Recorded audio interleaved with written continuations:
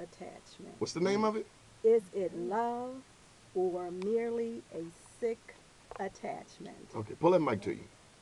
There you go. And what's it all about?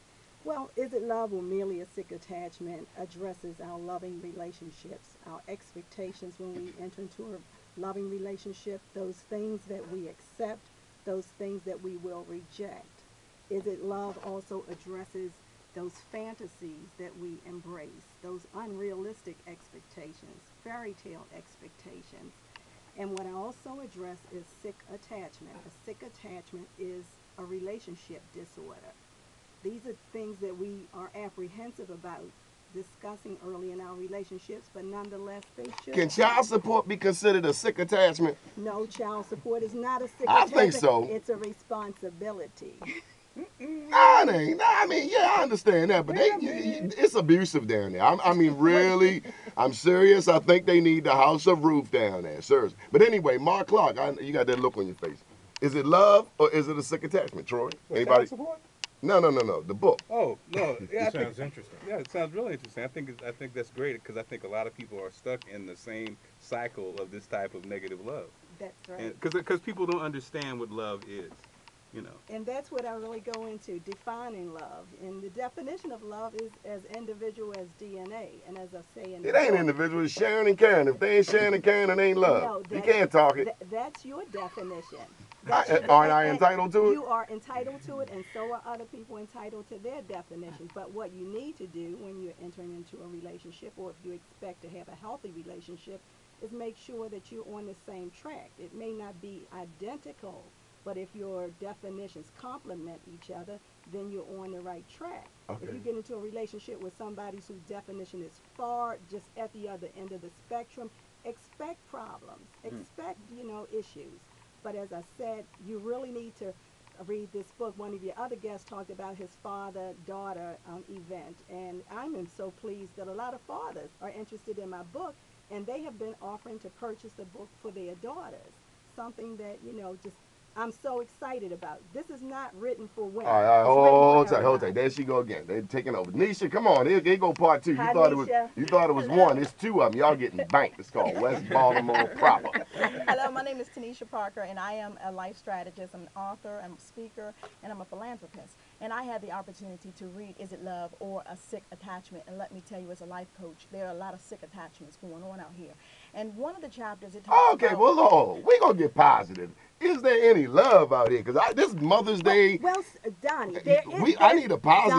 Donnie, there is a whole lot of She took love, over but the to be able to have healthy, loving relationships, you have to look at all ends of the spectrum. You can't always be reactive. You got to know what to look for up front so that you avoid some of the traps that people fall into. A bank account. That's what I'm looking for. A bank account. Okay. They so, got to have a bank account. So you're sickly attached to their bank accounts. No, right? I just want them to have their own. That's all. And there's nothing wrong with that. Oh. And that's the Did you kind say of you got to conversation- come to the table whole? Well, but here's Would the you thing. show- Oh, y'all said you got to come to the table whole. You certainly do. You- Yeah, you have But to. but here's what love is about, though. As someone who's been married for 11 years, you may be at the table whole, but then you may lose all that whole, and that's when the true love comes out. That's when you find out what love's about. That's Absolutely. right. When you step to the table, and that's why I hear a lot of women saying this. A lot of people are just tired of dealing with the injured bird situation where you take somebody, you build them up. So they say, the next person got to come to the table. Yeah, but that's not, especially in this economy, that's not secure. I mean, the money will come and go. What do you do between those times? Because if you're with somebody, in my situation, if my wife was with me because I made six figures, well, I made $25,000 last year. So, the game changes. So, I think that's important. And then what if he makes six figures, but he's an absolute monster? Those are considerations that you have to, take. You have to think about those kind of things. The entire picture, the bigger picture.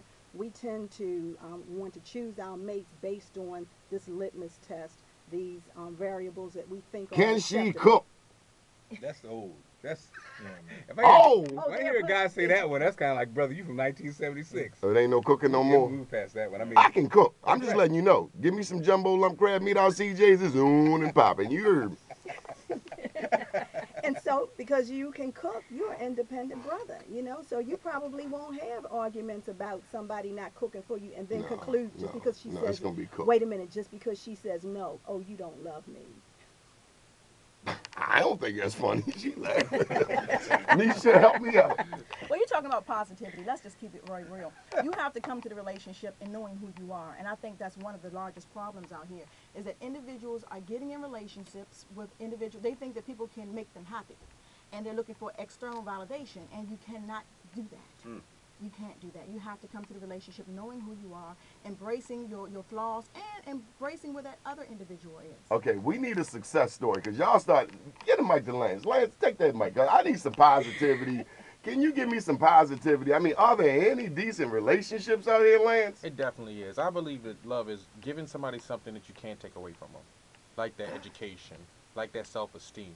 These are the things that truly tell that you love somebody. You make them independent enough to leave you, but if they really love you, they'll never leave you. You should be secure enough in a belief in yourself that you give people things that you can't take away from them. You don't want to box them in. You want to make them free. Also, I think that part about leaving, I think that's something else. They may leave you. You know, Yeah. you can't That control means that. they didn't love you. That's a human being, you know, and they can love you and still leave you.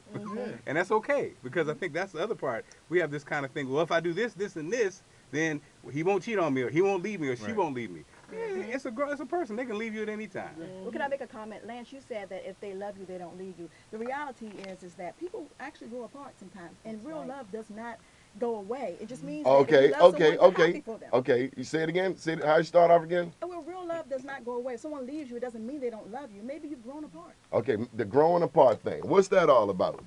I changed. I don't feel it. No. I'm Why just you saying. gotta I'm have putting it out attitude, there. Johnny? I don't Why you feel the gotta talk same like that? way I felt about They're you not no in love more. anymore. The blueberry pancakes ain't working no more. Miss Ingram, that's Stella Ingram. How are you? Okay, how are you? Good. This I is your couldn't teacher, help. Donnie. She's tired of you talking I like couldn't help but talk about this because I knew it was gonna get. Most You people thought you don't were coming know in and the talking about difference. Baltimore City schools, didn't yeah, you? most people don't know the difference between being in love and love. Okay, they have no clue what it really means. I hear a lot of dialogues and everything else. The number one thing that one must have in a relationship is good communication. You hit the nail on the head when you said that if you go into a relationship knowing who you are, then you'll be okay.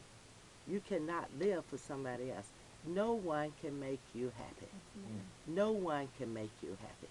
Happiness starts. So you know we got some sick happiness- songs out here. Happiness starts with Some of the lyrics. Only you can make And me happy. We when- sing the songs. We are singing sick attachment songs, lady. one thing You need to pull all of these lyricists up and tell them that their songs are sick. Donnie. Sick attachments. One more thing I'm gonna say. My husband bought me some flowers one time. I said that was so nice of you for buying those flowers for me. He said I didn't buy those flowers for you. He said I bought them for me because it made me feel good to give them to you. And Donnie, you just mentioned the lyrics to the sick attachment songs. Okay, this is the real world. That's entertainment, you know, and that's entertainment. And if we, I saw wait a minute, dude if- in the club, 45 years old, saying, I'm a thug, I'm a thug. That was his reality at the moment. Okay, and then I'm guess like, what? dude, you are 45 years old. He has not grown, and so we have to question the relationships that he's had along his journey. You know, what has stunted I his just growth. wonder why his head was, going back and forth. I'm a thug, I'm a There could thug. be a number of reasons, but there are truly loving relationships, you know, that endure all types of obstacles. And they probably endure because they are realistic about the traps that are laid out there, the fantasies that we Hold tend tight, to hold embrace. tight. See, I be trying to give you the little clues.